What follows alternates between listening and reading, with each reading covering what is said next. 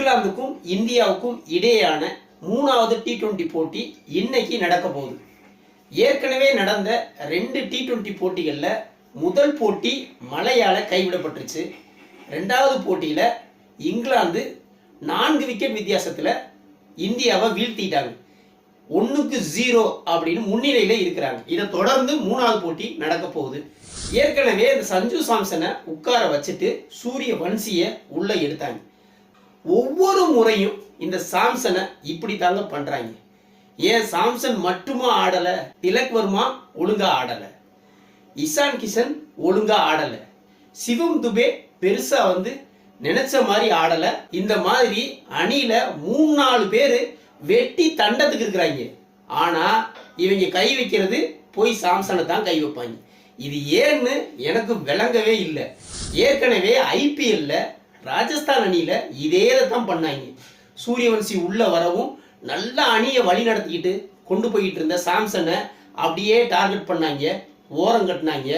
அப்புறம் அங்கிருந்து அப்படியே ட்ரேட் ஆகி சிஎஸ்கேக்கு வந்துட்டாப்ல. இந்த மாதிரி ஒரு பெரிய பிளேயரை ரொம்ப அசிங்கப்படுத்தினாங்க ஐபிஎல்ல. அதே சீனரியோ இப்ப இங்க இந்திய டீம்ல நடந்துகிட்டு இருக்குங்க. என்னாச்சு, அயர்லாந்துக்கு எதிராக 2 போட்டி ஆடல, இந்த இங்கிலாந்துக்கு எதிராக 1 போட்டி ஆடல, மொத்தத்திலே 3 போட்டி மட்டும்தான் ஆடல. இந்த சூரியவன்சிக்கு வாய்ப்பு கொடுக்கறதுக்காக இப்ப சாம்சனை பெஞ்சில் உட்கார வச்சுட்டு சூரியவன்சியை இறக்கியிருக்காங்க. சூரியவன்சியை இறக்குங்க, அது தவறே இல்லை. நல்ல பிளேயர், நல்ல ஃபியூச்சர் உள்ள பிளேயர், நெடுங்காலத்துக்கு இந்திய அணிக்கு ஸ்டாண்டர்டா ஆடக்கூடிய தகுதியும் திறமையும் உள்ள பிளேயர் வன்சி, அதுல மாற்று கருத்தே இல்லை. அவருக்கு பதிலா யாரை நீங்க ரீப்ளேஸ் பண்றீங்க அப்படிங்கறதா இங்க பிரச்சனை. ஆரம்பத்துல இருந்தே சாம்சனுக்கு இந்த அநியாயத்தை பண்ணிக்கிட்டு தான் இருக்கிறாங்க.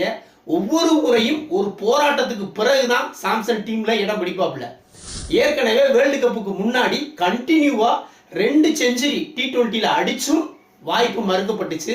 அதுக்கு பிறகு முன்னாள் வீரர்கள், விமர்சகர்கள், மக்கள் மத்தியில அப்படின்னு சொல்லிட்டு பெரிய ஒரு பேசு பொருளாகி அதன் பிறகு அணியில இடம் கொடுத்தாங்க. இந்த T20 வேர்ல்டு கப்ல இடம் கொடுத்தாங்க. முதல் 3-4 போட்டி ஆடவே வைக்கலங்க, வெளியிலே பெஞ்சிலே உட்கார வச்சிருந்தாங்க. அபிஷேக் சர்மா ஒரு பெரிய சொதப்பலை உண்டு பண்ணாப்ல. இந்த 2026 T20 வேர்ல்டு கப்ல ஒரு 3-4 மேட்சுக்கு பிறகு சாம்சனுக்கு ஒரு வாய்ப்பை கொடுத்தாங்க. போனா போகுதுன்னு கொடுத்தாங்க. மனுஷன் இறங்கி அட்டி பிரிச்சுட்டாங்க. ஆடுனது 4 மேட்ச் தான். 4 மேட்ச்லையும் ஒரு ஆளா நின்று இந்திய அணியை ஜெயிக்க வச்சு கப்பு எடுத்து கொடுக்க வச்சதே முக்கிய காரணம் 100% அடிச்சு சொல்லுவேன் சஞ்சு சாம்சன் தான். இவங்க அந்த நன்றியை மறக்க கூடாதுல. அந்த நன்றிக்காவது இந்த தொடர் முழுவதும் விளையாட வச்சுட்டு அதன் பிறகு பெர்ஃபார்மன்ஸ் சரியில்லை அப்படின்னா யோசிச்சிருக்கலாம். மொத்தத்தில் அயர்லாந்துல 2 போட்டி, இதுல 1 போட்டி, 3 போட்டியை வச்சு சாம்சனை தூக்கி ஓரம் கட்டினா உண்மையாவே இதெல்லாம் பாரபட்சம்ங்க. இது சாம்சனுக்கு இழைக்கப்படுற பெரிய அநீதிங்க. இந்த திலக் வர்மாவில் ஒழுங்காவே ஆடல, ஸ்ட்ரைக் ரேட்லயே ஆடல. 2-3 போட்டி தோத்ததுக்கு காரணமே திலக் வர்மா தான். திலக் வர்மாவை பெஞ்ச் பண்ணலாம். அதிரடி பிளேயர்னு இஷான் கிஷனை கொண்டு வந்தாங்க. போன போட்டியில எல்லாம் ஆம மாதிரி விளாண்டாங்க. அந்த ஆளு 41 பந்துக்கு 49 ரன் அடிச்சான். இதெல்லாம் T20ல அடிக்கக்கூடிய ஸ்கோரா.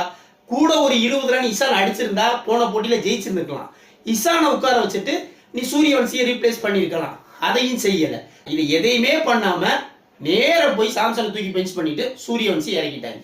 இதெல்லாம் என்னை கேட்டா மிகப்பெரிய அநியாயங்க. சாம்சன்கிற ஒரு திறமையான ஒரு சீனியர் பிளேயரை அவமதிக்கிற இந்த காம்பீரை முதல்ல தூக்கணுங்க. காம்பீரை கோச்சர் பதவியிலிருந்து தூக்கிட்டாங்களாக்குங்க, எல்லாமே உருப்பற்றும்.